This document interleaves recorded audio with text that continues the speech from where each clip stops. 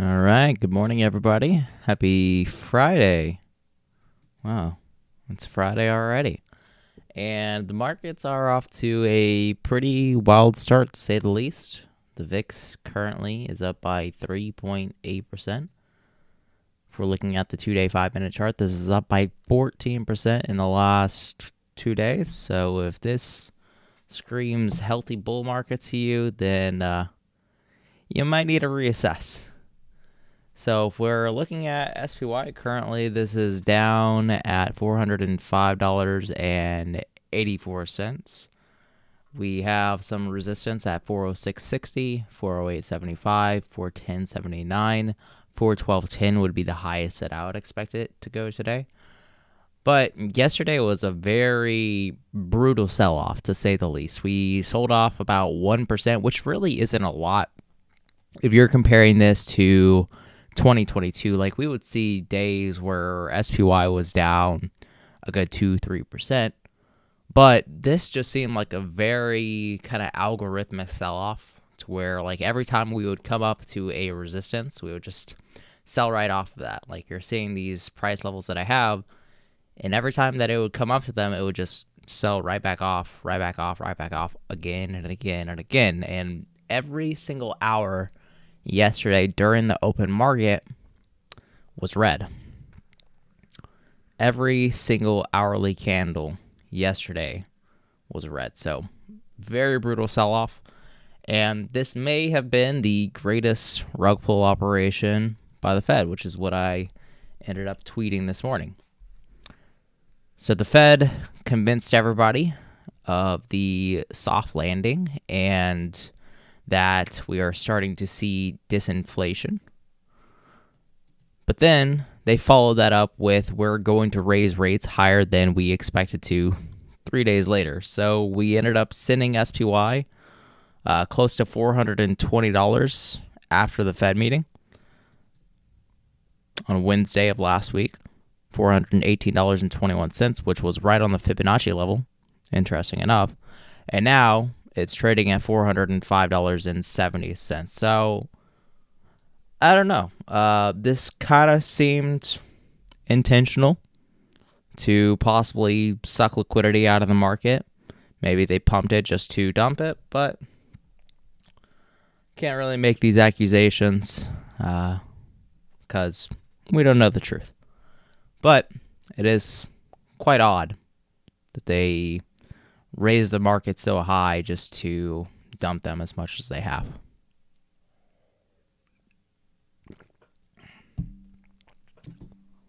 And the reason why we're selling off so badly as of lately has been the 10-year Treasury yield and the yields across the board going up like hell, with the 10-year Treasury yield currently at 3.686. This morning it was above 3.7. We had a 10-year Treasury bond auction the other day where there was actually a substantial amount of buyers, to where it dropped overnight from 3.65 to 3.575.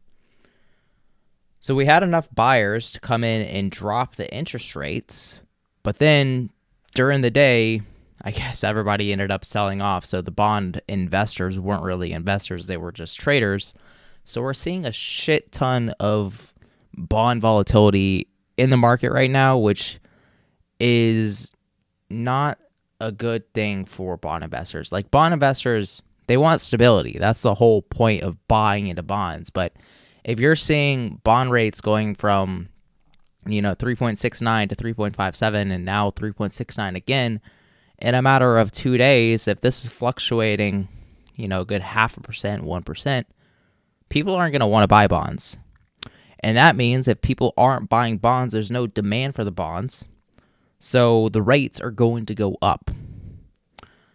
The bond yield, or how much the bonds pay, and the bond price have an inverse correlation with each other. So the bond price goes up when there's enough demand, enough people buying it. But if there's not enough demand, then the bond prices will go down. And that means that the interest rates for the bonds will go up. And the inverse is correct too. to where if the bond price starts to go up because there is substantial demand, then the bond yields will come down. But I think that there is going to be a lack of demand for bonds given this much volatility. So I think interest rates could go probably much higher. The Fed's number one tool is deception. Yeah. It is very interesting, to say the least, how they maneuvered this over the last week. And it might just have been a way to suck some extra liquidity out of the market. And that's the whole purpose of what they're trying to do. So I wouldn't be shocked if that's why they ended up pumping the markets, just dump them. But let's head on over to the Robinhood. I made a couple of trades yesterday that I want to check in on. Hold up. There we go. That was spooky. I thought Robinhood had crashed on me.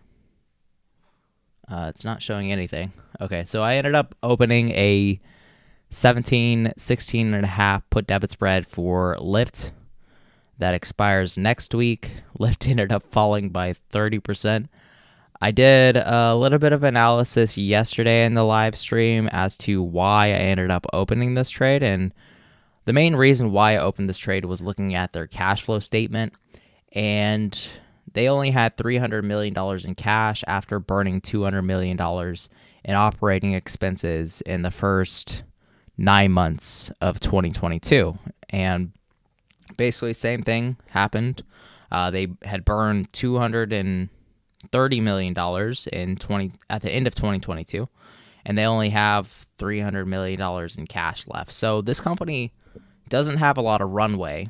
They have maybe a year and a half of runway left, and the Fed is going to keep rates higher for longer, which is not going to fare well for Lyft and all these companies that don't have a lot of cash reserves left.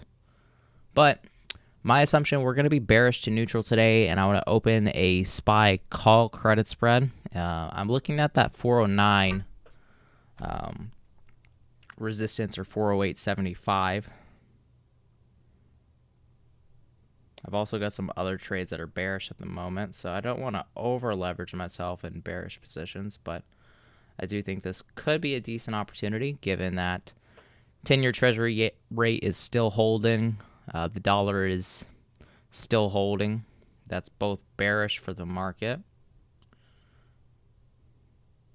And the call credit spread that expires today, assuming that we stay below 409, is currently paying us 24 cents in credit, which is a pretty decent pay, I would say. 25 cents in credit. Now, hopefully I can get in quick enough.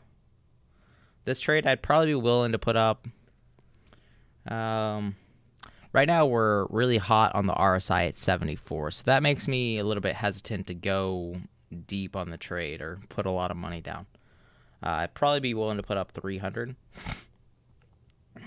And the bid just moved down on me to 23 cents. Oh, there we go. And we're at that resistance of 409.60, so we'll see if we get rejected by that or not. But let me try to snag this call credit spread right quick. All right, I'm in on that.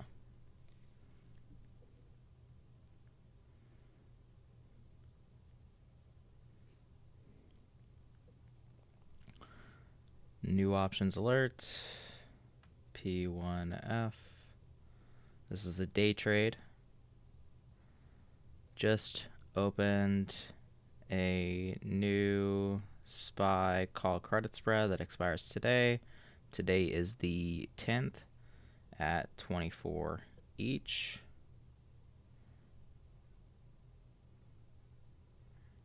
All right.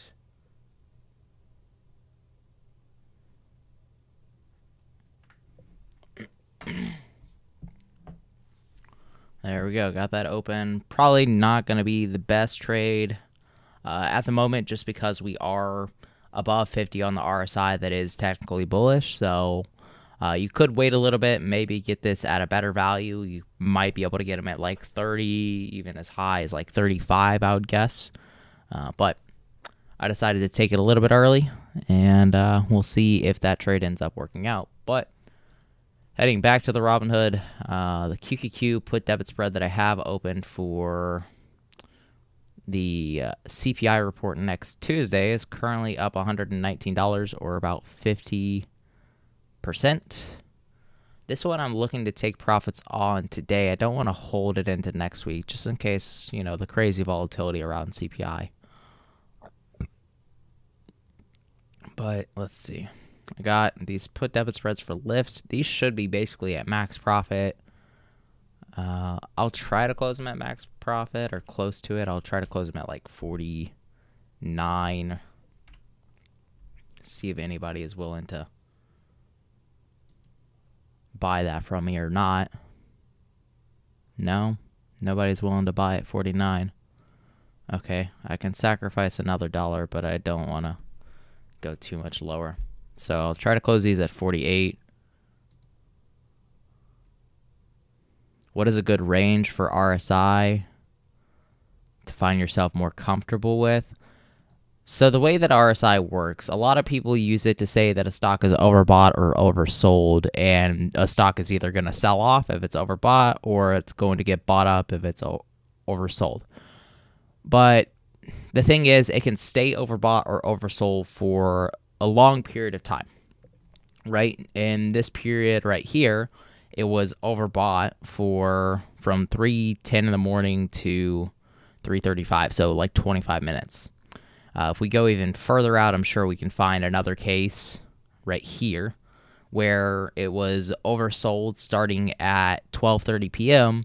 and it continued to be oversold until 3:35. So you can't just say that, it's overbought or oversold and then buy and sell accordingly. What I like to use for RSI is either above 50, which is this dotted line that I ended up making myself.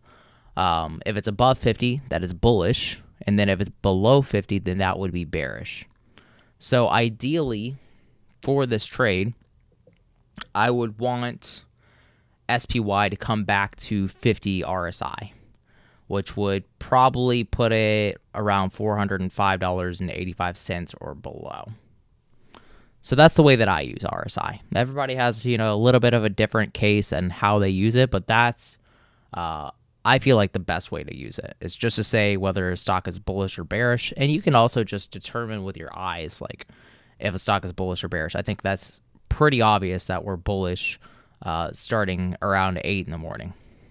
But this is just a little bit of an easier way for especially new people to determine if it's bullish or bearish. Yeah, no problem, Diego. All right, let's try to get out of these Lyft trades at 48. If we can't get it at that, then I'll just hold it.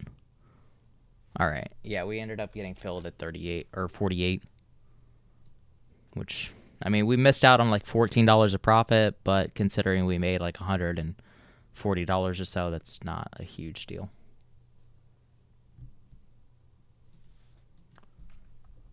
Let me post that in the Discord. If you want to see the trades that I make that are not during the live session, check out the premium Discord, which is linked in the pinned comment here in the live chat.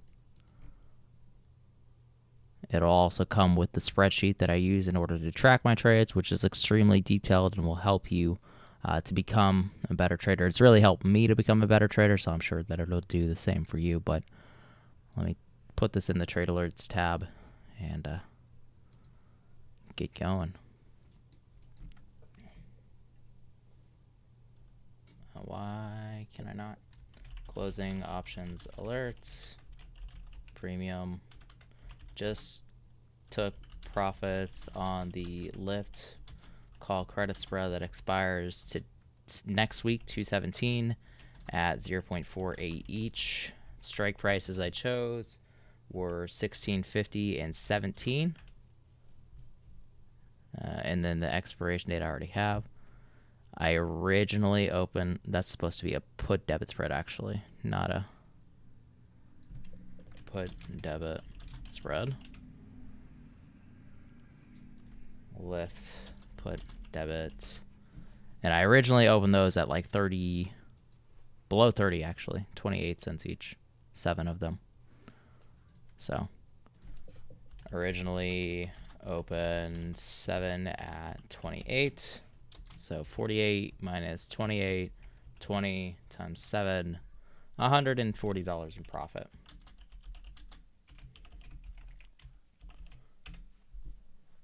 All right, and I will go ahead and log that right away so I don't forget it later on. SPY is pulling back a little bit more, 405.75 now, so that solidifies our 409, 410 call credit spread a little bit more, and those should be trading at a much lower value than what we sold them at, which means that we ought to make a decent profit. But let me log this trade first, and actually, now let me go look at the call credit spread. So it's up by $16 so far. These are trading at $20 a piece. I ended up opening them at $24. So I've made about $4 in profit for each one that I've opened. I'd say we could go to 409, 410. I think that there's a decent chance of that. But maybe we can wait a little bit longer until we hit that 50 RSI.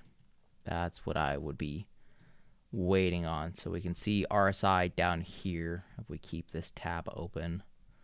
Let me zoom to the left a little bit so we can keep that. All right. These are up by 25% now. But yeah, that lift trade just closed it at 48 cents each. So that makes for $140 a profit. And I also want to close out of the QQQ put debit spread sometime today, hopefully.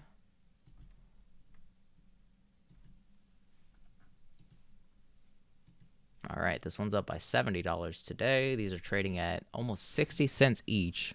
So that's a decent value to get out at, I would say. I'd probably want to close at like 56 or so if I can get out at that price. That's going to be the challenge, especially with Robinhood. Never easy to get in and out of these trades with Robinhood. I guess I can get out for 55. I'd be okay with that. And that would make for $150 in profits.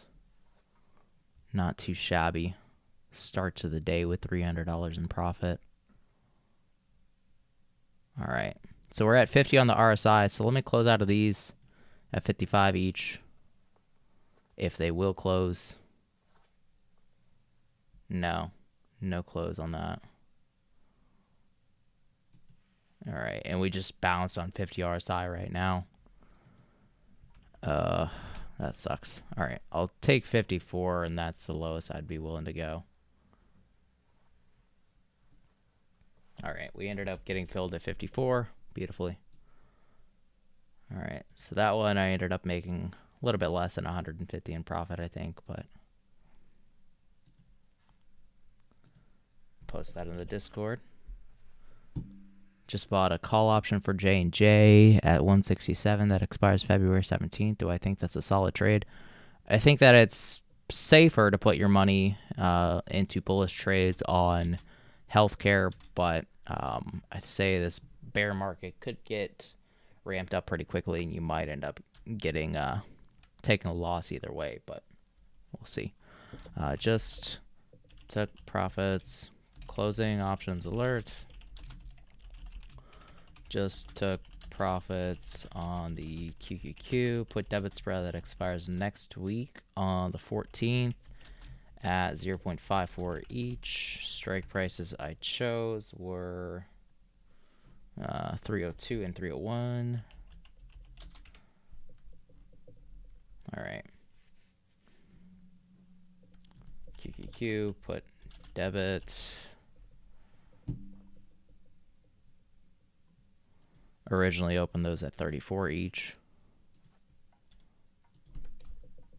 Originally opened 7 at 34. Oh, crap. So another $140 in profit there.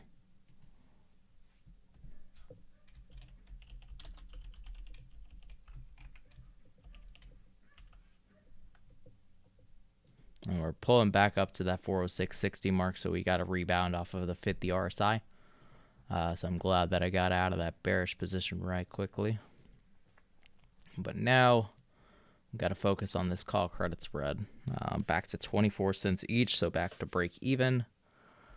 Probably should have closed out of this instead of the QQQ put debit spread, but we'll keep watch on it. We also have the Michigan Economic Report that's coming out at 10 a.m., so that could end up shifting the market sentiment in one direction or the other, but we'll have to wait and see.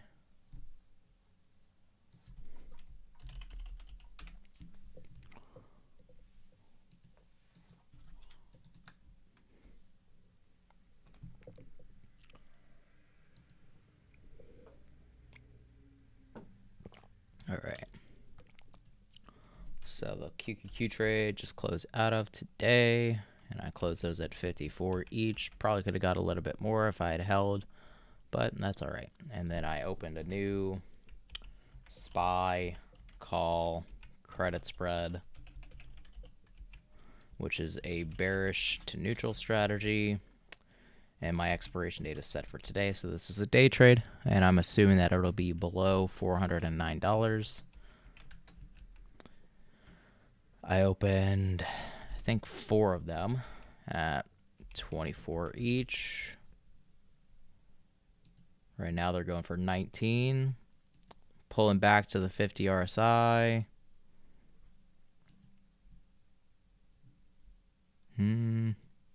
Might not be a bad idea just to take profits now so I don't have to worry about this trade later.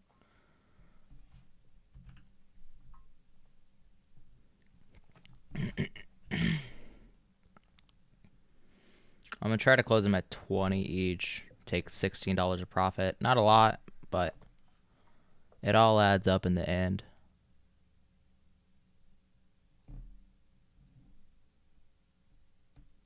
No, I sold the 409 and then bought the 410. Now I'm trying to close out of it.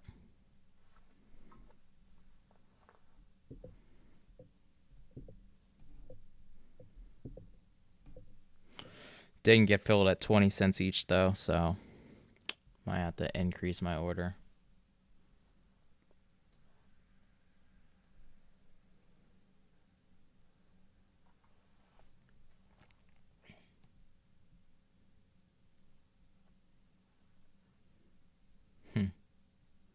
Getting screwed over by the bid ask on Robinhood right now. Typical.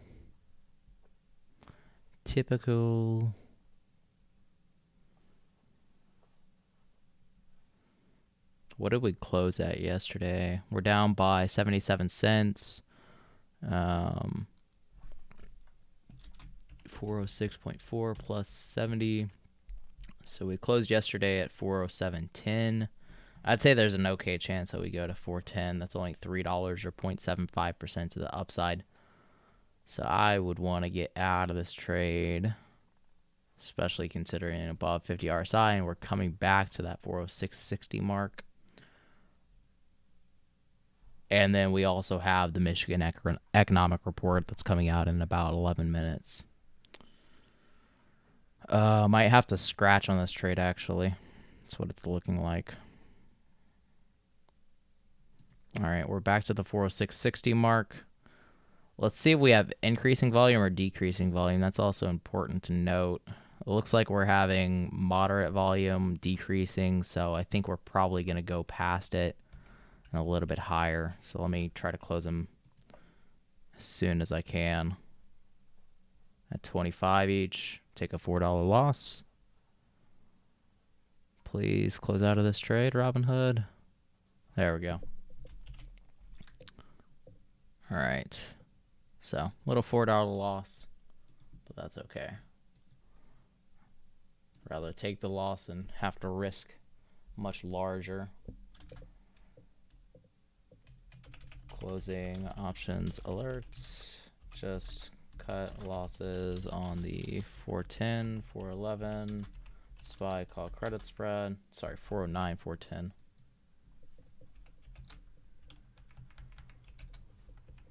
expiring today, 210 at 25 each.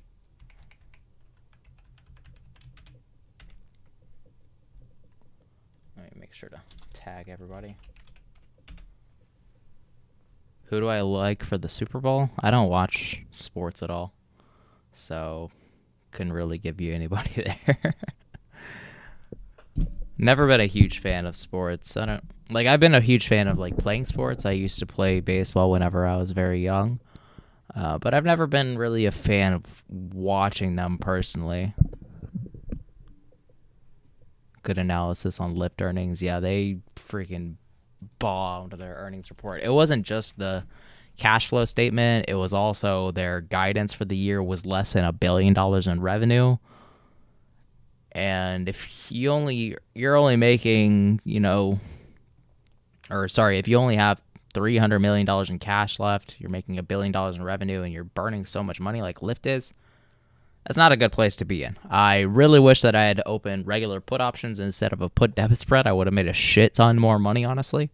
But I really didn't assume that they would be that bad in their guidance, especially after Uber. Uber actually gave decent guidance. They're only down 2% today, so they're not trading so much in sympathy with Lyft, because this is a company that actually managed their balance sheet and managed their cash flows decently well. Whereas the CFO, or the chief financial officer for Lyft, just seems to be spending money like no other, which is incredibly reckless at a time like this. Sports and music are a distraction. No, I don't think that music is a distraction. I think that you can use music very strategically. I think that you can brainwash yourself with music, and if you choose the right songs to listen to, then music can actually be quite powerful. So I don't think that music is a distraction, depending on how you use it. Like, what I do, and it sounds psychotic, but I listen to 2 songs over and over again. Come on, we know you're bumping some Drake. No, the only 2 songs that I listen to is, let's see, YouTube. I'm not going to play them because I'll get copyrighted, but the only 2 songs I listen to is Young Gravy, Betty, or Get Money. And I listen to Big Bank by YG. These are the only 2 songs that I've been listening to over like the last 2 months or so. What am I trading off of? Mostly based on treasury yields going up over the last few days, and the Fed saying that they're going to raise rates more than what they previously anticipated. That ended up capitulating the markets over the last few days, which was completely unexpected after the Fed meeting. So that's why this live session is titled The Greatest Fed Rug Pull We've Ever Seen. So that's what I'm trading based off of. The treasury rates going up, the dollar going up, everything is just pointing to the downside for equities right now, or stocks. There's got to be one big secret. Not really. It's very hard to be super confident in price action. Okay, so here's a secret, is chances are you're not going to be right all the time, right? So for that SPY trade that I opened this morning, I was assuming that it would be below $409, and my max loss was $410. But I accepted the fact that I could be wrong on the trade, because right now we're trading above 50 RSI, which is bullish, right? So if we continue that bullish trend, then we could be retesting that $410 mark sometime later today. So I would rather get out of that trade now and take a $4 loss than take a much larger loss if it does end up going back up to $409, $410. I opened those trades at 24 cents each. But if SPY manages its way up to $409, then those are going to be trading for around 40 cents each. So that means that I would be taking a $16 loss for the 4 spreads that I opened, or a $64 loss on the chance that SPY does end up managing its way back up to 409, versus taking the $4 loss that you saw during this live session, right? Would I rather lose $64 or would I rather lose $4? For me, it's $4. And, I could be right. I could absolutely be right. To where we stay below $409, and maybe the RSI does end up pulling back to 50 and below to go bearish. But I didn't want to take that chance. I've been making a decent bit of money every single day as of lately. I am on a 10-day win streak at the moment, which is very nice to see, and a little bit concerning too, because when you go on these long win streaks, I feel like that increases the odds of a loss coming your way. But what I've been doing in order to kind of manage that is cutting my losses extremely short, and like $4 loss, whereas previously I would take on hundreds of dollars in losses in January. We'll talk about that in a minute. Let me show y'all the last couple of weeks of trading. This one is a closed trade. It did not expire, and I ended up closing them at 25 cents each. Yeah, 10 days of winning. I want to make it 20 and just keep the number trucking along up. But this is double digits, baby. So far this month, to begin the month, I've made an average of $113.38. A lot of that was made today with $276. I do think that I got lucky with Lyft falling as much as it did. So even if you take that out, that's a $140 win. I would have made $276 minus $140. So if we discount luck, I still made around $136 today based on the Qs falling too. So on average, this month so far, I made $113 a day. This is my 10th day in a row of making profits, I think. Actually, let me verify, because I think I might have lost money on Tuesday, January 31st. So, no. So I made $237 on Tuesday, January 31st, $110 on the 30th. So that is 1, 2, 3, 4, 5, 6, 7, 8, 9, 10 days in a row of profits, and hoping, praying that I can make that way up to 20 days in a row, 30 days in a row, and just keep the streak going. But there is inevitably going to be a loss at some point, but hopefully we can keep those losses small. And what I was saying in January is I would let my losers lose a shit ton of money. So that's what I'm trying to avoid this month. Like, I would lose $600 in a day on January 11th. I would lose $284 on the 13th, $628 on the 26th, $350 on the 23rd. So on the days that I would lose money, I would end up losing a crap ton. So what I've done is I've reduced my risk down to only maybe $200-$300 a trade. I only have maybe 5 trades open at a time. That way, I'm not scattered and trying to figure out which trade I should open and close. I'm focused on what I have open, and that's really what's helped me out. Those are the two things that's helped me out. Keeping my positions concentrated, keeping them small, and cutting losses as quickly as I can. And we just had the Michigan Economic Report come out. That's what it's looking like. Initial reaction is downward for SPY. We'll go over to the economic calendar.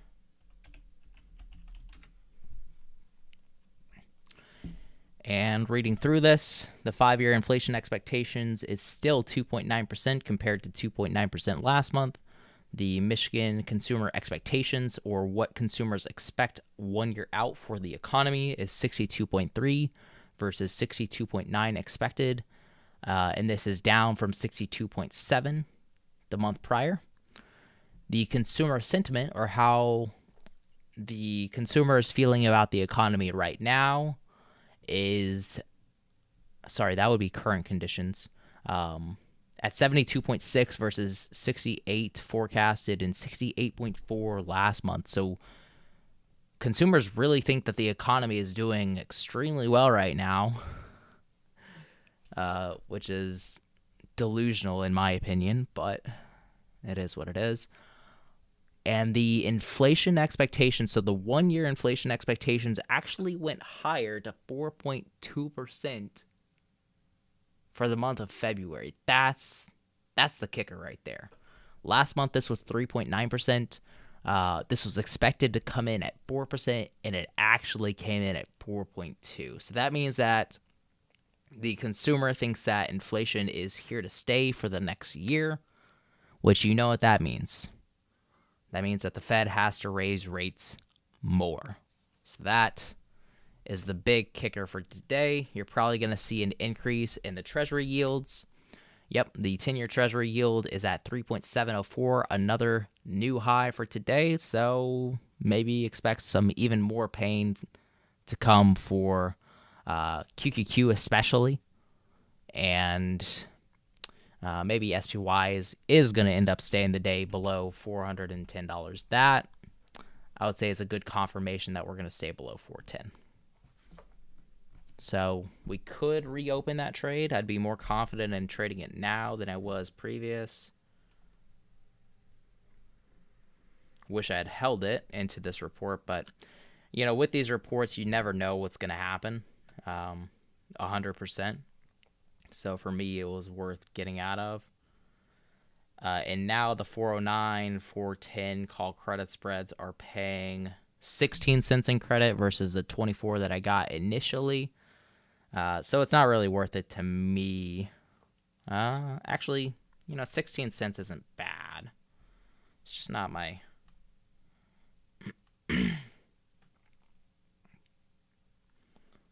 All right.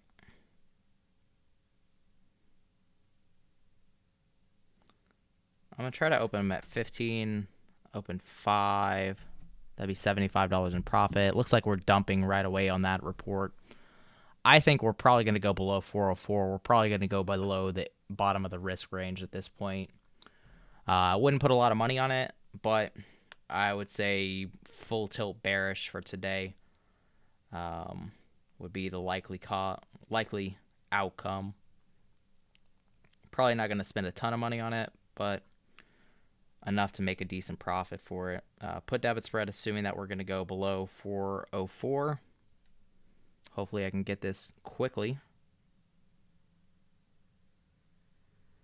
All right, yep. I ended up getting the 404 put debit spread.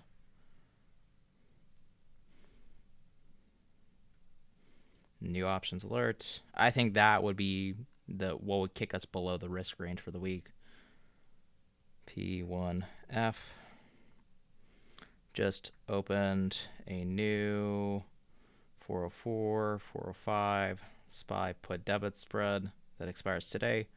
210 at 0.44 each.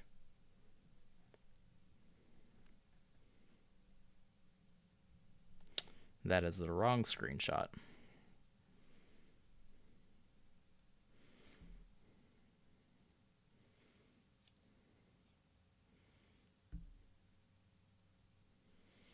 But yeah, I think with that report, with the interest rates going above 3.7% for the 10-year Treasury yield, that's what would end up sending us down below the risk range and probably to a new daily low.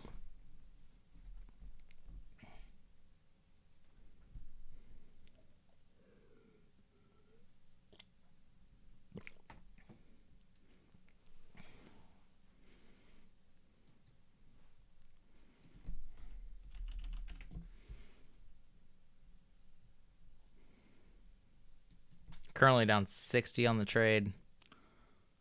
So not great. Whenever you're trading these kind of spreads, out of the money put debit spreads or call credit spreads, if you're trading them, they're going to be a lot more volatile than what you'll get out of a credit spread generally, especially with the price action that we're getting right now. So you could end up taking losses a lot quicker, but I would say there's a pretty good chance that we fall below it. If we end up holding above 50 RSI after this, I would be very shocked, but I think could be proven wrong if that's the case. All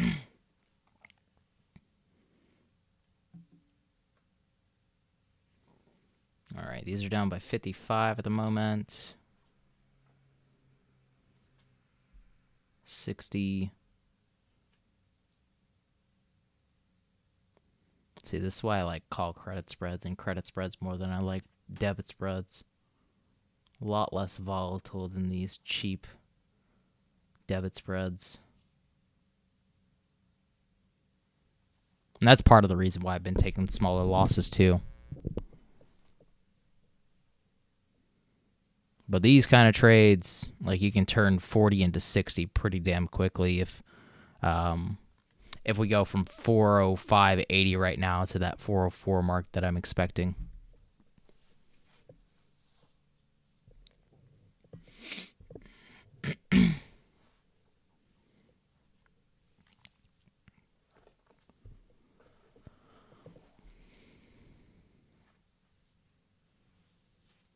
All right, we're still holding a little bit here.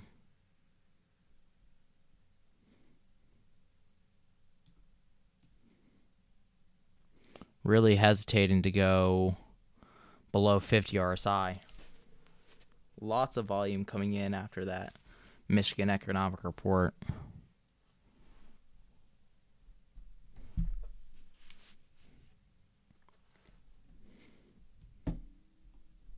But I think that higher print for the inflation expectations on the 1 year is really what could end up sending bond rates up even more than what they've already gone.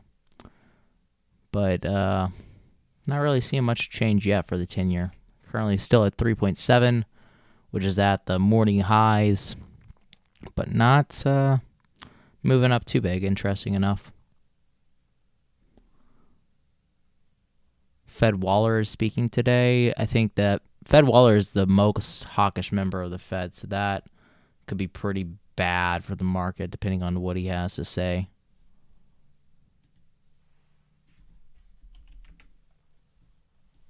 All right, we're coming back up to 406. I wonder if this is going to be a slow burn or if it's going to be a quick sell-off. Initially, it was a real quick sell-off, so I could have waited a little bit longer to get these trades at a cheaper price. Damn. Making our way up to 406.60, so might end up having to take the L here. I opened 5 at 44. It's looking like I have to close them below 30. I'm going to watch for that 406.60 mark. I think that's going to be the line in the sand for SPY. If we go above that, then that, I would think, could trigger us to maybe go a little bit higher for the technicals. But fundamentally, after that report and with the 10-year Treasury yield rising, we should end up going down after it. We're already down 0.25%, but I wouldn't be too surprised if we're down 0.75% or 0.75% by the end of the day, down to 404.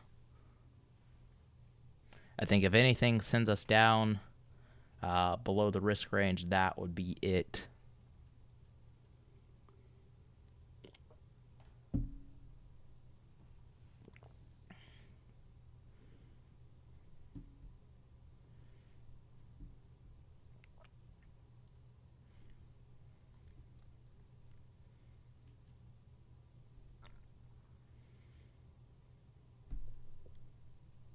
Might have should have only risked like $100 for this trade instead of $200. So maybe that's what we can do for debit spreads going forward, is risk like 100 to 150 instead of the 200 that I put down.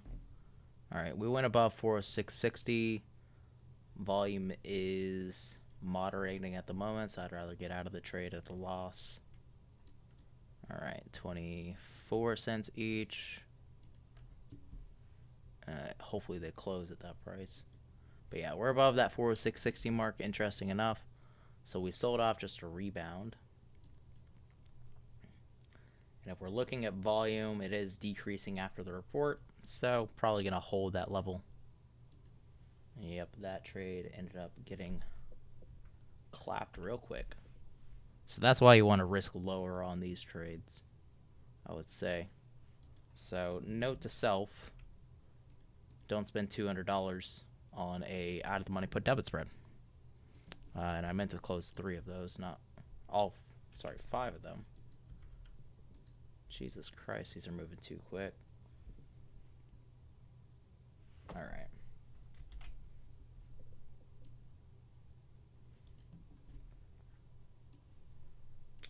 Okay. Closing options alert. Premium 101. Okay. Just cut losses on the 405, 404, SPY put debit spread expiring today. 210 at 20 each. And again, I initially opened those at 44. So let's see. Originally opened at 44. 44 minus 20. 24 times 5 is a $120 loss. So we'll log that over in the trade alerts, or not the trade alerts, but the drive. SPY put debit. Bearish strategy. 210 expiration. Strike prices were 405, 404, open 5 at 44, closed them at 20. So that takes a $120 loss. Which has actually been one of my biggest losses. Yeah, that's been my biggest loss for this month. Which is a lot better than January where I would take like $600 losses. So happy about that, but not so happy about how that trade went. So I guess for put debit spreads going forward, should probably risk a little bit less, like 100 or 150.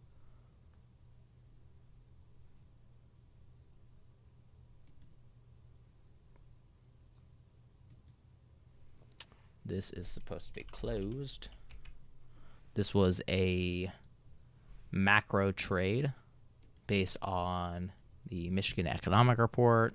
The trade before that was based on fundamentals, or the 10-year Treasury yield going up. So we got all of these labeled. And now going back to the February calendar, back to $98 a profit a day. It was nice to see it above 100, but that loss ended up taking some of it away.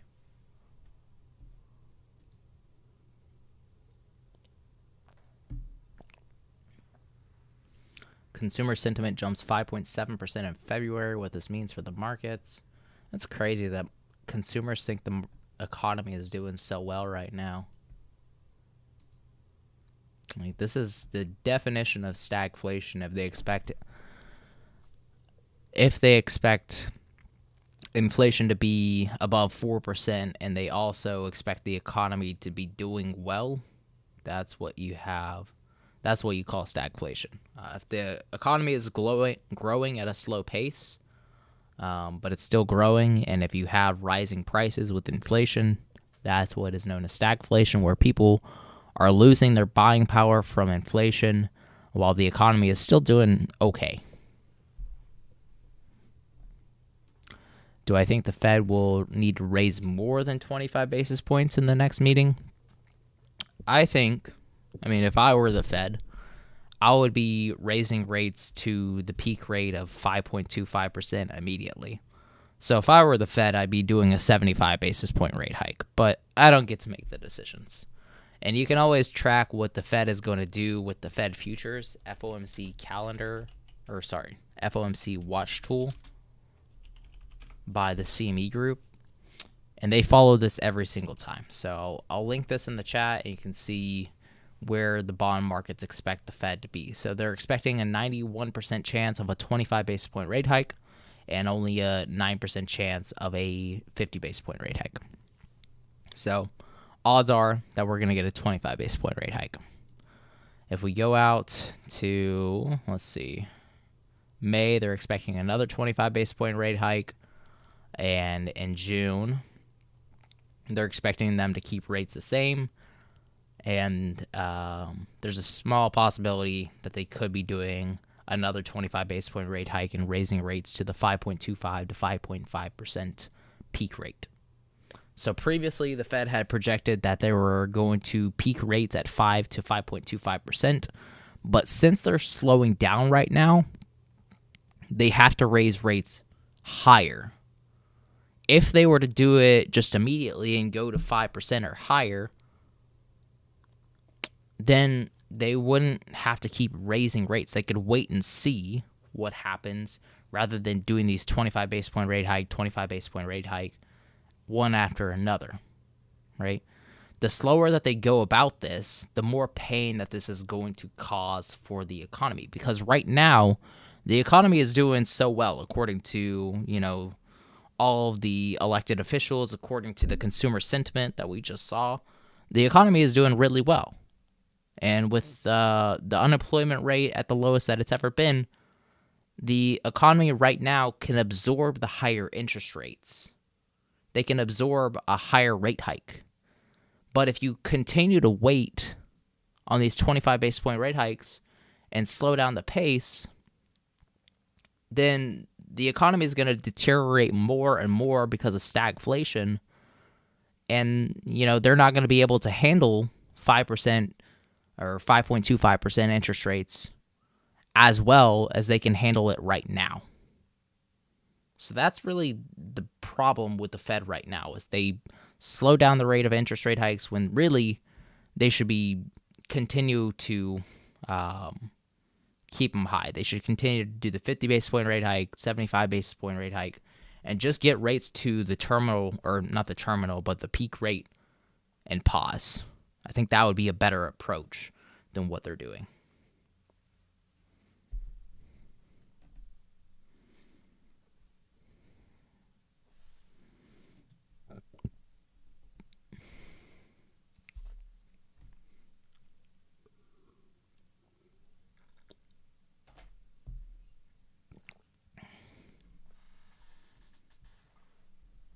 The 10-year is back to 3.7 again. Above 3.7, I should say. Almost another daily high. So fundamentally, this should end up pulling the markets back, but not quite what we're seeing. It is Friday after all, which is the most volatile day for the stock market because there's a lot more options expiring on Fridays because it's a weekly expiration. So do beware of the volatility today.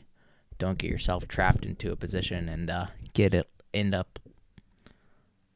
don't get left holding the bag.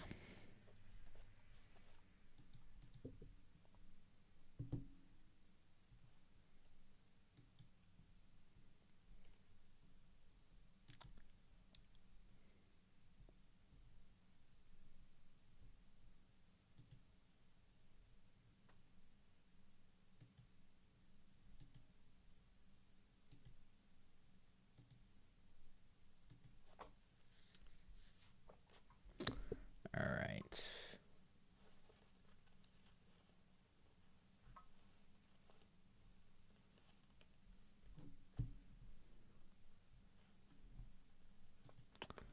Okay, so that's probably all the trades that I'm going to make today. Probably just going to call it a day here. And I guess for the rest of the session, maybe for the next half hour or so until 11 o'clock, I can answer y'all's questions. So if you have any questions, leave them here in the chat, and I'll be here until probably 11 o'clock.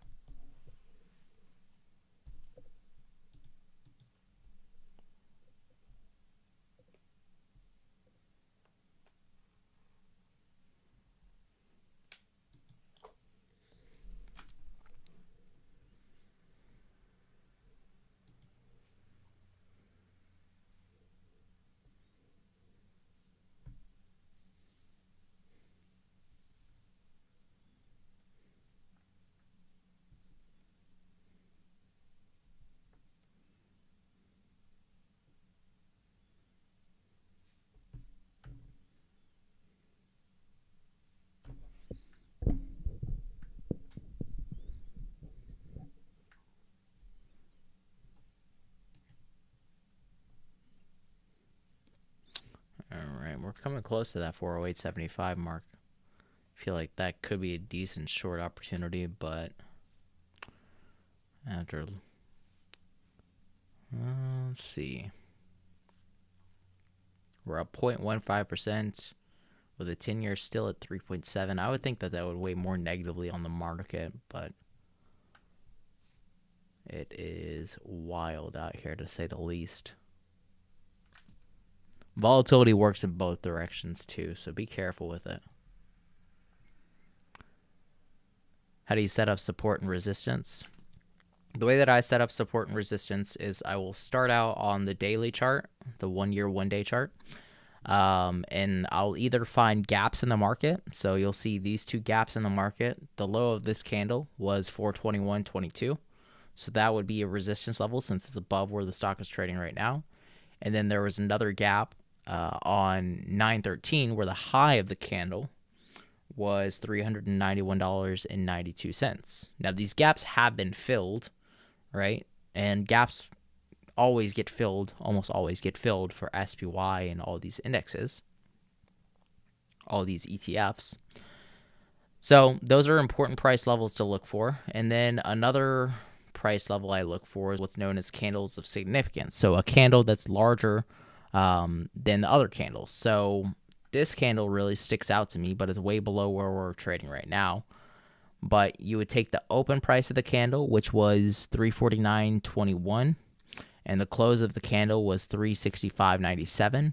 You add those two numbers together, you divide by 2, and you would take the average, which I would estimate, I don't want to do the math right now, but I would estimate that it's around $356.50. So that would be a support level since it's below where we're trading right now, but it's too far from where we're trading right now. Another candle of significance would be this one right here. So it's another candle that's larger than the rest. The open was $419.39. The close was $405.31. That's a $14 difference. So the average for this candle would be around $412.40. So that would be a resistance level since it's above where SPY is trading right now. And then again, looking at the gaps in the chart. So this is a gap. The open of this candle, the low of this candle was 408.46. So that would be a support too. So that's how I look for supports. I also look for them on the 20-day hourly chart, 20-day 1 hour chart. So we'll see this candle of significance right here. The average price was roughly 406.60. I'll take the closing prices of the day.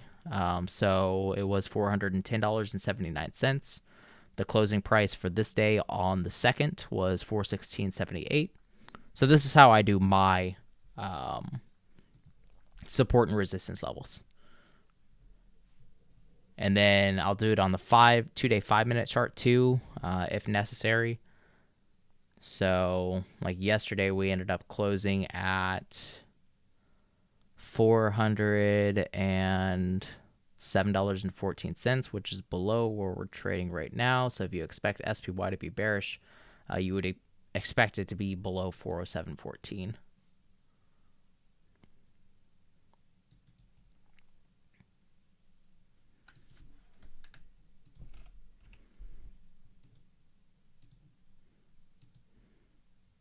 All right.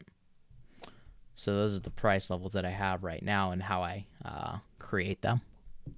Do I scalp? Not really. I try to open positions in the morning and close them around 2 p.m. if I can hold them that long. But if the trade starts to go against me, then I'm going to close out as soon as I can.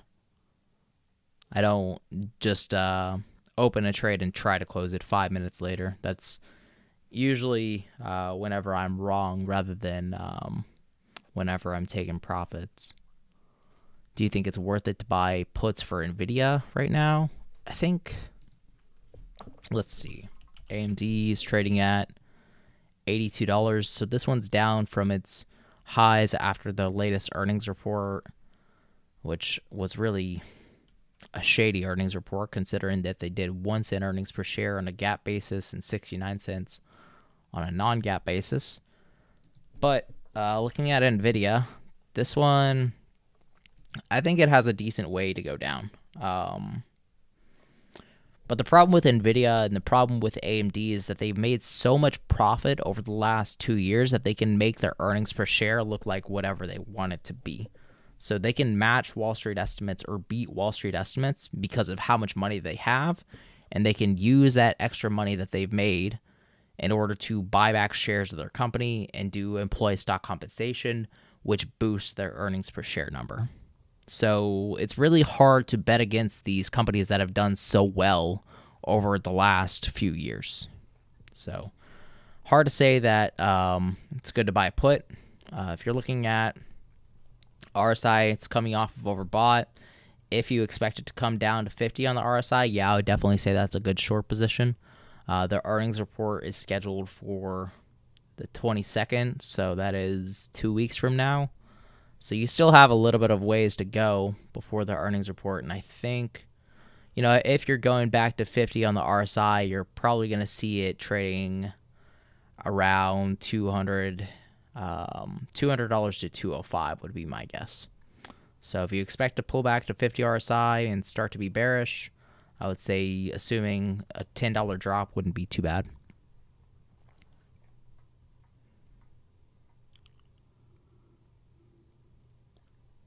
What do I think about trading on Webull?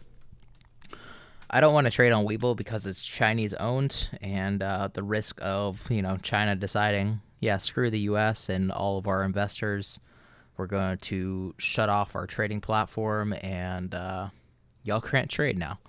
I wouldn't trade with Webull just because it's Chinese owned, but that's just my stance on it. Is there a video that I made on how to enter spread trades that I make? I use Thinkorswim. I don't have any Thinkorswim specific ones, but I do have a lot of videos about spread options. Let me pull up.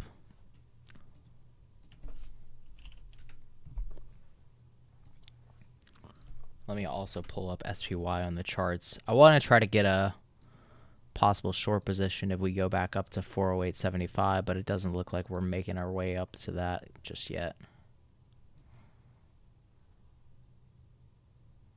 All right, so if we go to spreads,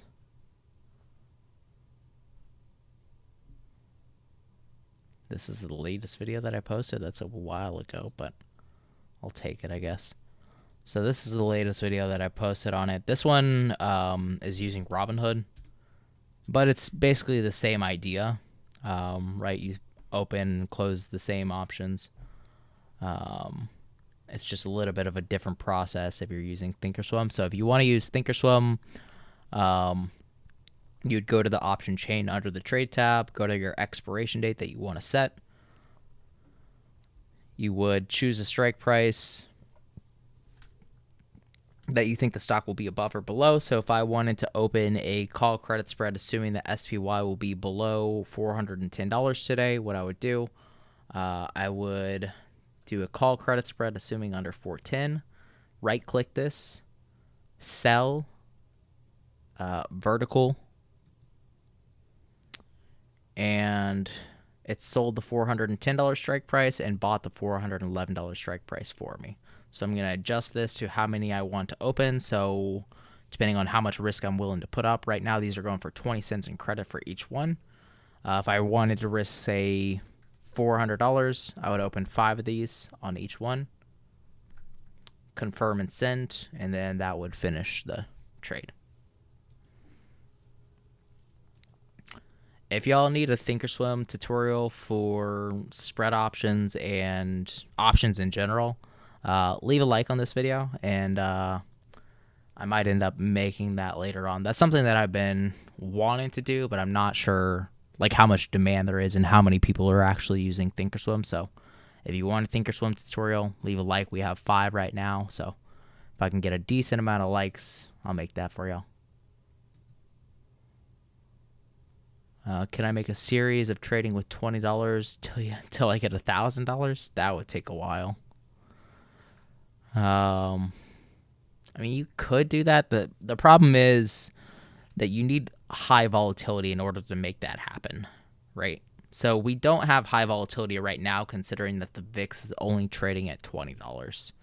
So if you want to turn $20 into 1,000, you need to wait until the VIX is probably above like 25, and then that would be a lot easier than it is right now. Want to open my first ever put debit spread for ES, rejecting 4,100. So I want to open 406, 407 for 40 debit. What do I think about that? So assuming that SPY will be below 406, I'm not sure what your expiration date is. Is your expiration date for today, I'm assuming? If your expiration date is for today, you're buying a 406, 407. You're overpaying for it a little bit.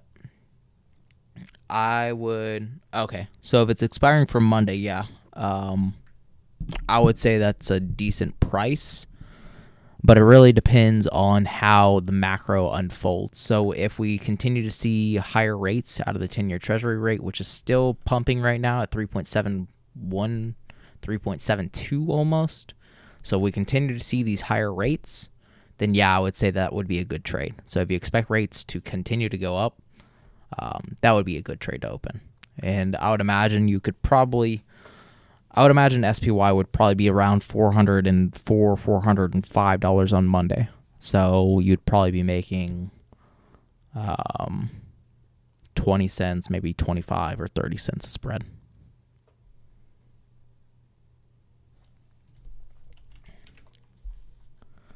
Yeah, SPY is not really doing much now. Maybe we end the day. So my assumption was neutral, and that might actually be the case for us. I really don't want to say that it'll be above 404. I'm hesitant to say that, but really kind of tempted to do the 410 call credit spread again. Oh, my baby is gaining weight. Yay. 6 pounds and 2 ounces now. Wait, hold up. She's actually heavier than she was whenever she was born. That's good. So my baby was, no, she was born 6 pounds 5 ounces, and now she's back to 6 pounds 2. So that's good. Gaining weight slowly but surely. And her birthday was February 1st, so it's been 9 days. They're supposed to gain their weight back that they lose in the first couple of days after 2 weeks. So she's on track right now, which is good. That 409, 410 call credit spread is paying 27 now. I think I'd be willing to take that, honestly. 0.27 each, 25, 26. Jesus Christ, these bid-ask spreads are terrible.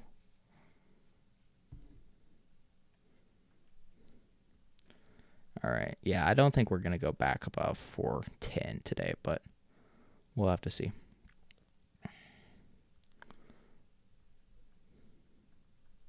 New options alert. Day trade. Just opened a new 409, 410 SPY call credit spread. Expiring today, 210 at 26 each.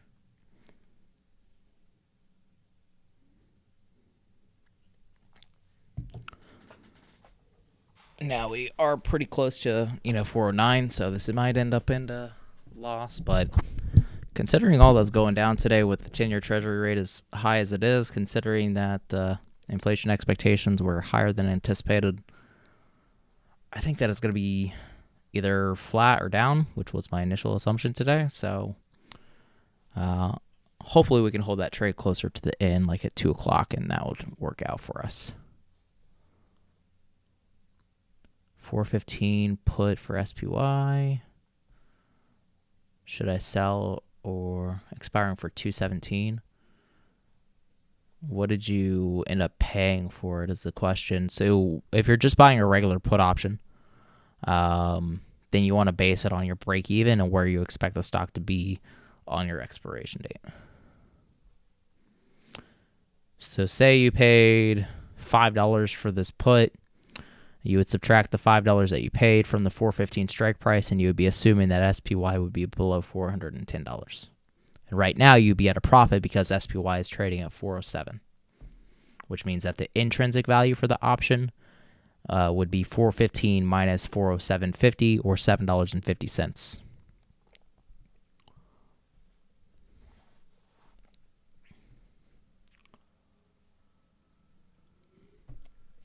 What is the expected increase for CPI this Tuesday? Let's see. Let's go to the economic calendar. See what they're giving us.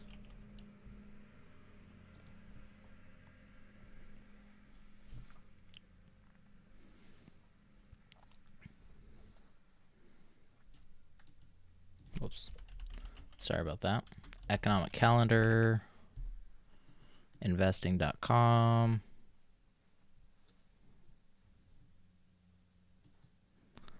All right, so on Tuesday of next week, the CPI is coming out, and what they expect is a core CPI month over month of a 0.4% rise in core inflation.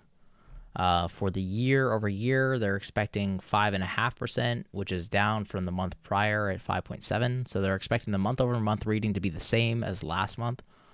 That could actually be the case, maybe even higher considering that energy prices went up, but this does exclude energy and home prices, so you can't really use that as a measure for core CPI. But the thing is, energy is the main input whenever it comes to the price of everything.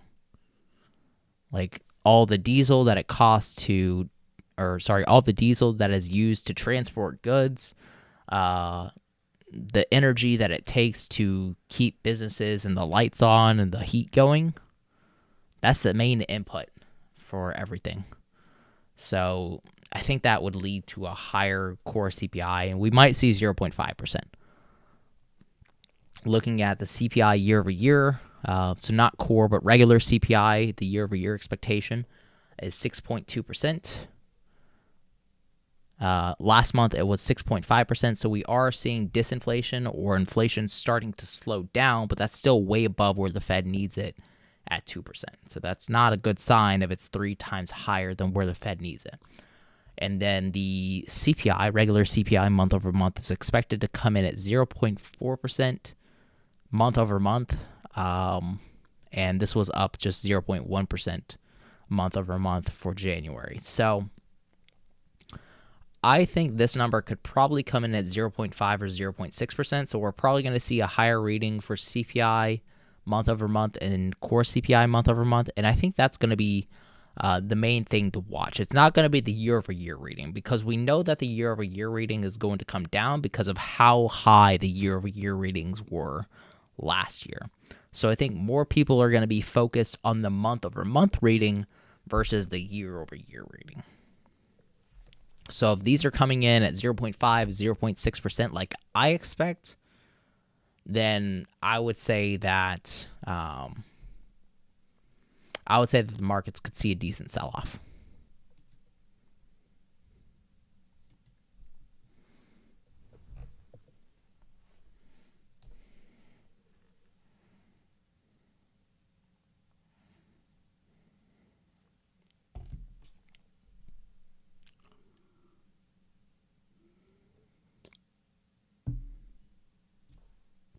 Short the market.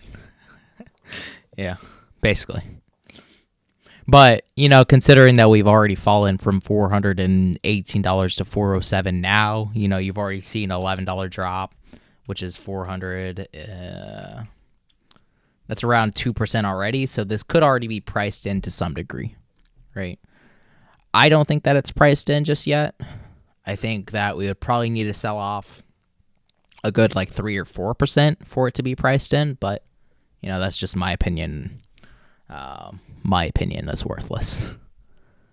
Can I do a quick analysis of NCLH cash flow statement? Yeah, Norwegian Cruise Lines.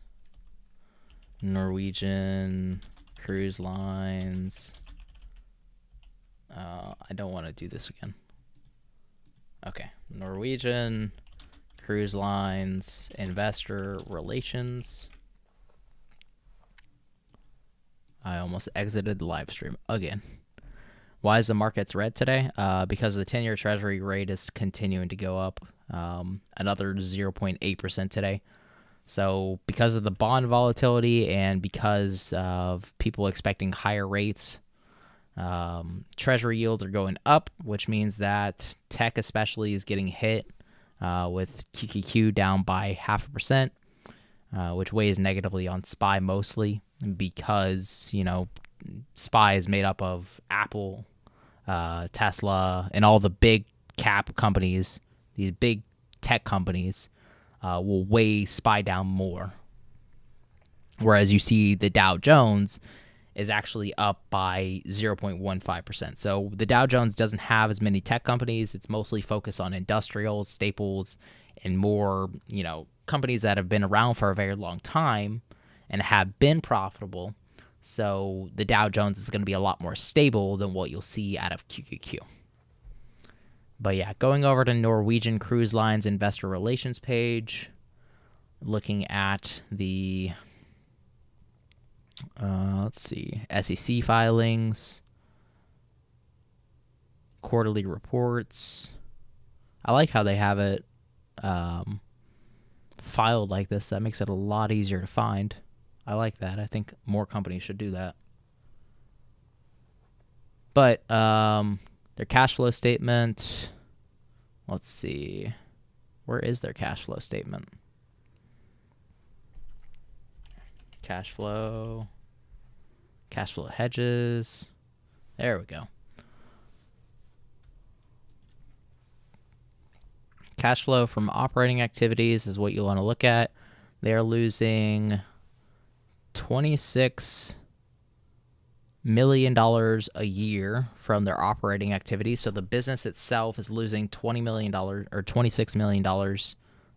For the first 9 months of the year.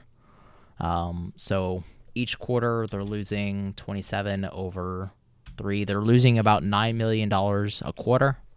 So you would expect this to come in at 9 times 4.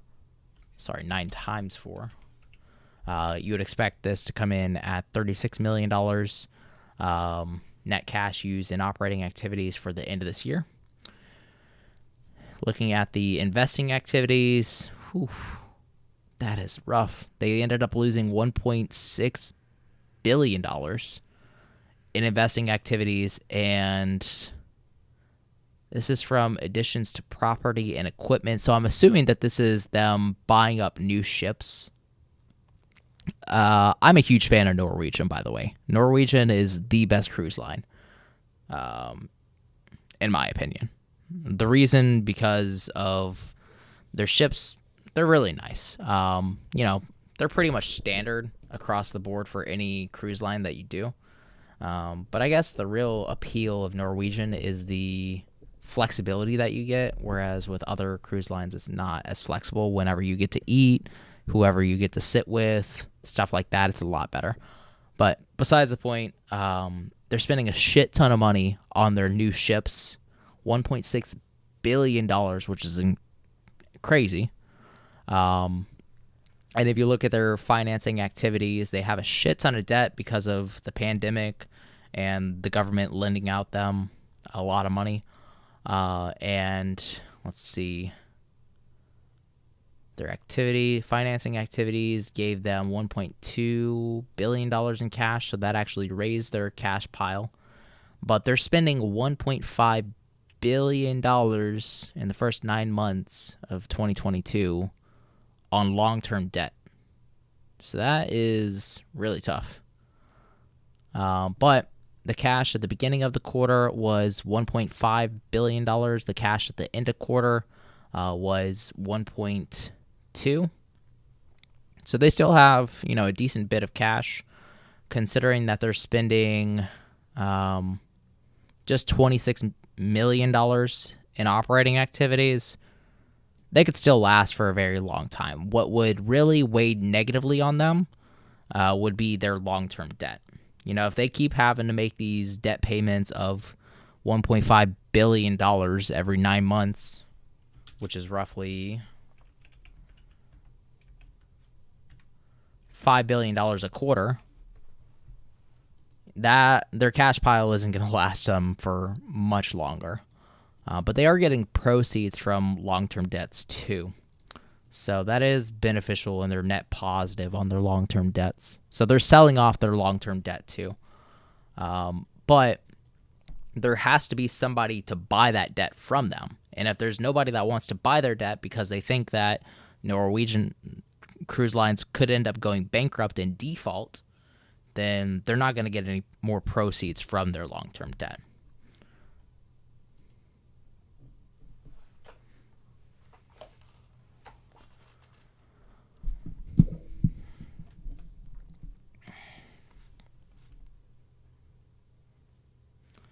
Since service inflation is up, would I say that Norwegian would beat their earnings? That's possible. I haven't really checked their prices as of lately, so I wouldn't really know. Last I checked, a trip to Europe in October was like 1,600, so I'd have to recheck that later on, and then I'll get back to you. I've been wanting to take a trip over to Europe sometime this year, hopefully. Fingers crossed. So hopefully we can make that happen. But yeah, if that number comes in, 2,000, 2,500, then yeah, there's definitely some services inflation being felt in Norwegian Cruise Lines, and that would boost their earnings per share. What do you think of VIX to calculate expected move for the day when you can use Thinkorswim standard deviation next to the IV%?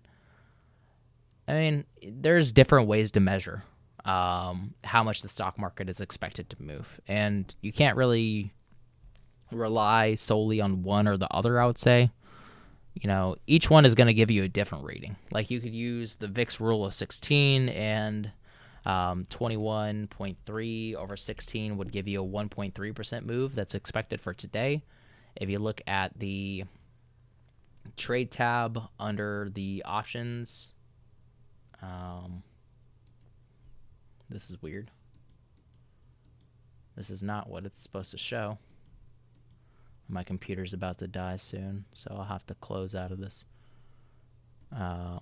live session a little bit early, but why is it not? Oh, because I'm looking at TNX, and TNX doesn't have any.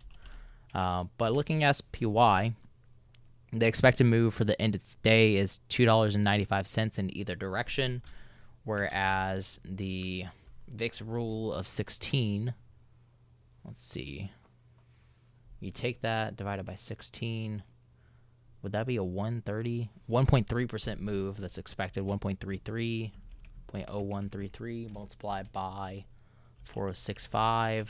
There's a 5% move expected based on the VIX, whereas the options market is expected 3%. But this is also considering the start of the day until the end of the day, whereas the options market is just based on 11 p.m. right now until the end of the day. And then you'll also have what's known as, there's a study that you can find too.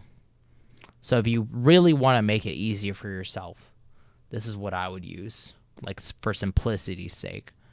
It's called True Range Indicator.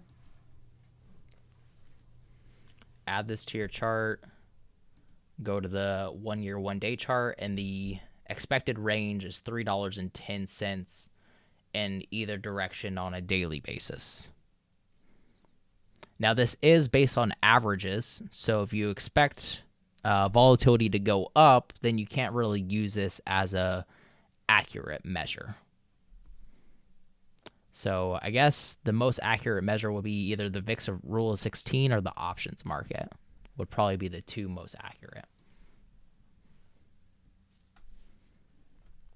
Go to Portugal if you like tranquility and it's cheap. Never thought of Portugal. I was thinking of Greece. Where else? It was Greece. It was, I think Portugal might have been on the list. I don't remember exactly which ones I was looking at, but definitely want to go over to Europe and explore. I feel like Europe has a lot more to offer than the United States in terms of like the beauty of the scenery there, and like the buildings and stuff. Just the kind of old school architecture versus the United States, especially where I'm living. It's just like all squares, boxes, very industrial. So I'm kind of excited to see the architecture over in Europe. That's the main reason that I would like to go. All comes down to consumer spending, who is going to buy their debts when interest rates are still below inflation. Yeah, that's a good point too.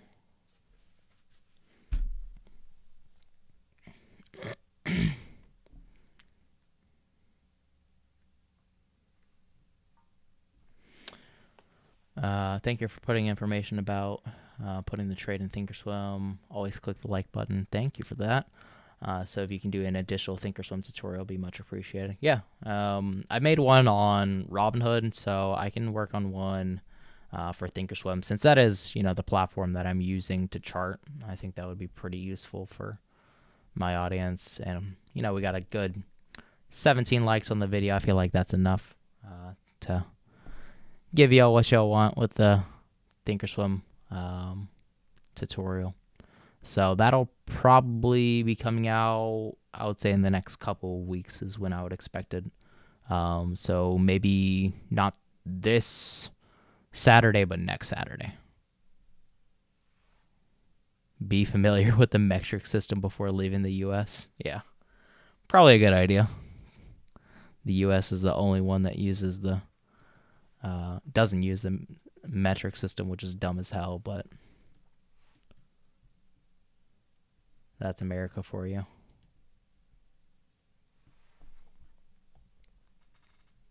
All right, the SPY call credit spreads that I had opened earlier are doing pretty well. They're down to 16 when I opened them at 27, so we might end up making a little bit of profit before we head out. My laptop is currently on 6% battery, which not bueno. But right now we're trading at 405.92. I'd close out of these at 15 and call it a day. I could probably hold it later on. And that might not be a bad idea. What are we trading on for the RSI? It's below 50. So I think I'll just hold on to it, actually. We saw an increase in volume and a decrease in volume after crossing the 406.60 mark. So I think that could confirm that we're bearish. And with us below 50 RSI, that's also another technical bearish indicator, I guess. Let me get rid of the true range indicator. The problem is with Fridays, they're extremely volatile, so don't want to end up holding this and seeing if SPY goes back up to 408.75 and taking a loss on it.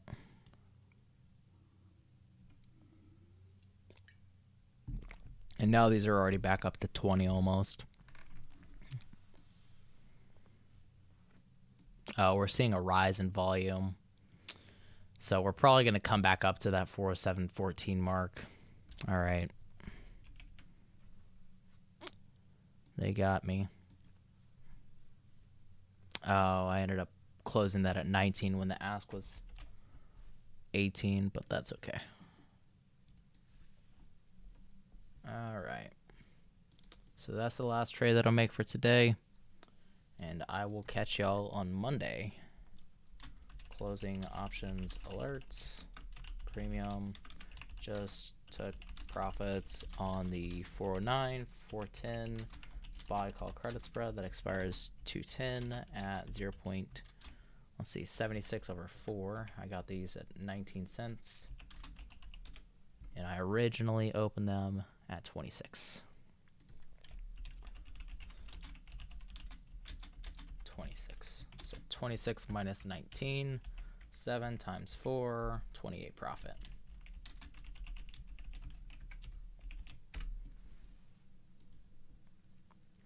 But yeah, with the rising volume, I would expect a retest probably of that 406.60 mark, maybe even the 407.14 mark, so not worth holding to me. But let me log that in the drive, and that will be the end for me.